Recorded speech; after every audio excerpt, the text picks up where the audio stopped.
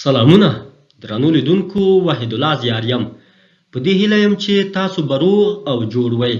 د ټلویزیوني راپور آنلاین کورس ته په خیر راشئ. درنو لیدونکو، په تیر درس کې د ټلویزیوني راپور لپاره د موضوع پر ځانګړنو وغږیدو. نن د ټلویزیوني راپور آنلاین کورس 23م درس ده. دغه درس کې به د ټلویزیوني راپور جوړونې دوهم پړاو باندې بحث وکړو چې د ټلویزیوني راپور د موضوع اړوند لومړنۍ څېړنه یا لومړنیو معلوماتو ترلاسه کول ورته وایي. درنو لیدونکو، د ټلویزیوني راپور د 23م درس لپاره لاندې اهداف ټاکل شوي دي. لومړی، محصلانو ته د ټلویزیوني راپور د جوړېدو د دوهم پړاو ښودل. دوهم، محصلان د موضوع اړوند د لومړنۍ مطالعې پر پېژندنې پوهول. دریم، محصلان د موضوع اړوند لومړنۍ څېړنې پر لارو چارو پوهول. څلورم، محصلانو ته د موضوع اړوند لومړنۍ څېړنې اړتیا او ارزښت روښانه کول. د ننني درس په پای ته رسېدو سره باید دغه اهداف ترلاسه کړو. د یادو اهدافو په ترلاسه کولو سره به لاندې د توقع وړ پایلو ته ورسیږو. لومړی، محصلان به د ټلویزیوني راپور د جوړېدو دوهم پړاو وپېژني. دوهم، محصلان به د راپور د موضوع اړوند لومړنۍ څېړنې باندې پوه شي. دریم، محصلان به د راپور د موضوع اړوند لومړنۍ څېړنې په لارو چارو وپوهیږي.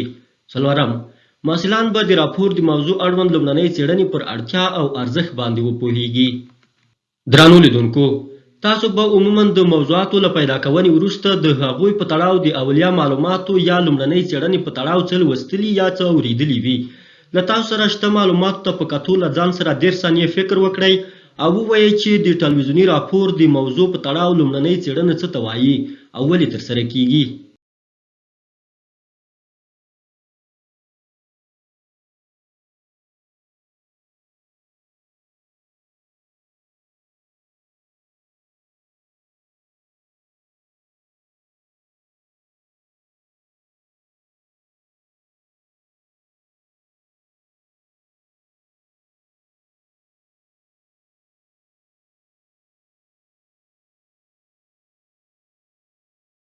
درنو لیدونکو، ستاسو له فکر او ځواب څخه مننه.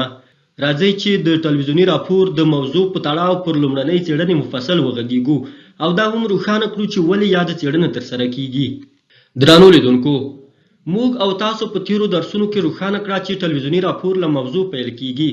یعنی له هر څه وړاندې باید موږ او تاسو د راپور لپاره موضوع پیدا کړو.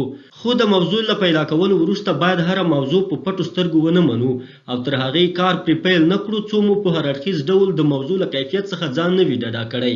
ځکه که موږ په راپور هر څومره خواري هم وکړو خو چې د راپور لپاره مو سمه او پر ځای موضوع نه وي ټاکلي، موږ ښه راپور نشو درلودلی. د دې لپاره چې پیدا کړې موضوع ښه وپېژنو، په ټولو اړخونو یې ځان وپوښوو، ځان ډاډه کړو چې یا د موضوع په واقعي ډول د راپور وړ ده، باید چې د موضوع له پیدا کولو وروسته د هغې په تړاو لومړنۍ څېړنه ترسره کړو.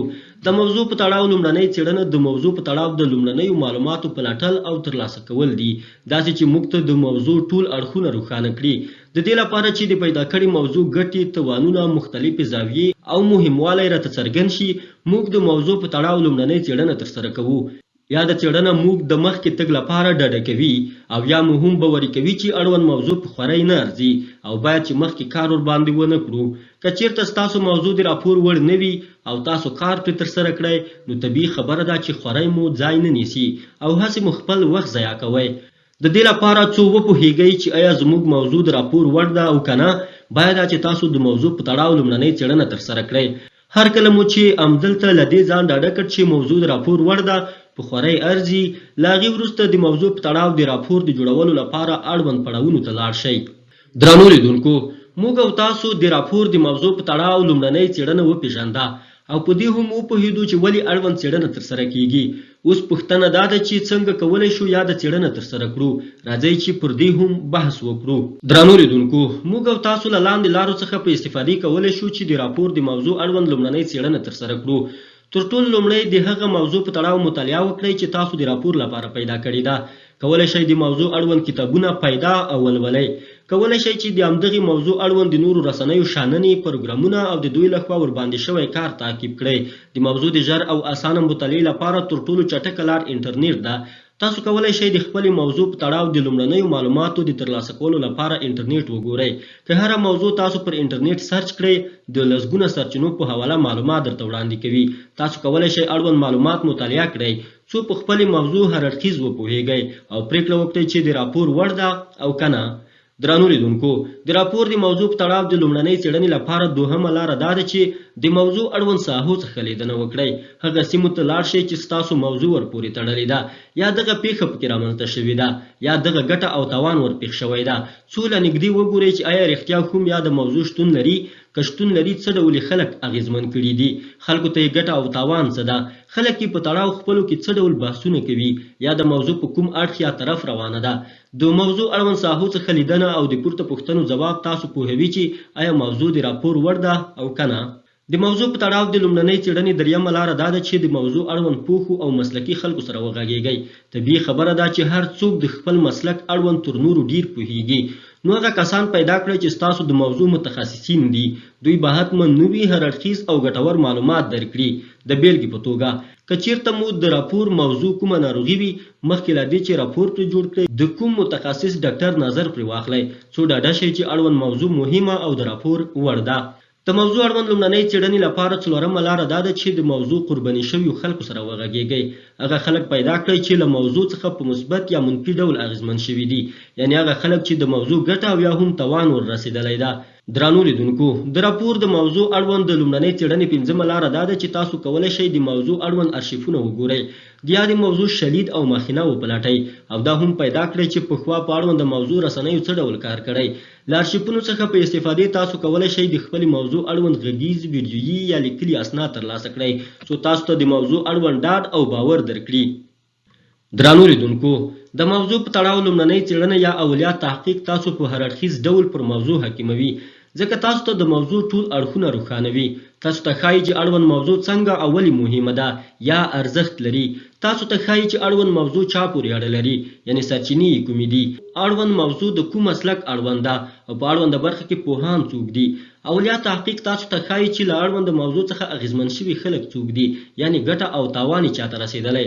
همدارنګه د اولیا څېړنې په مرسته موږ ته د خپلې موضوع مختلف، ډېر مهم، لږ مهم او نامهم اړخونه او زاویې روښانه کیږي چې موږ کولی شو له منځه یې په ډېرو مهمو باندې تمرکز وکړو.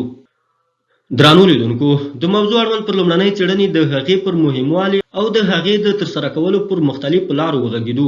اوس په دې باندې بحث کوو چې که چیرته لومړنۍ څېړنه ترسره نه کړو څه کیږي.